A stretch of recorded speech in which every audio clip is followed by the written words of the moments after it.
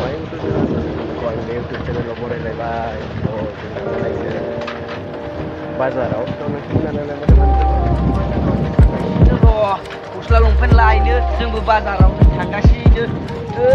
बाजारावनो थांगासिनो साइकेलजों सालाय माथो देंना जोबबायसो हनै लामाफोराबो मोजां नंला बाया माथो खालामबावनो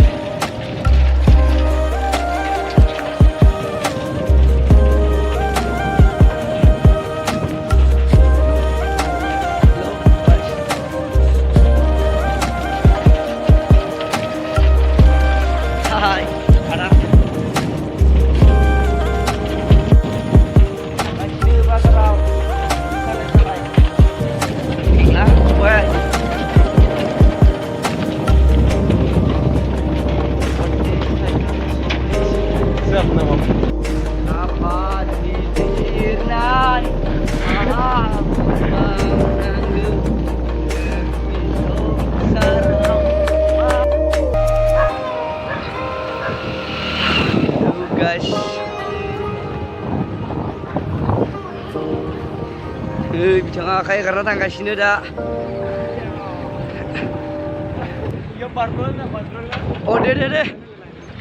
दे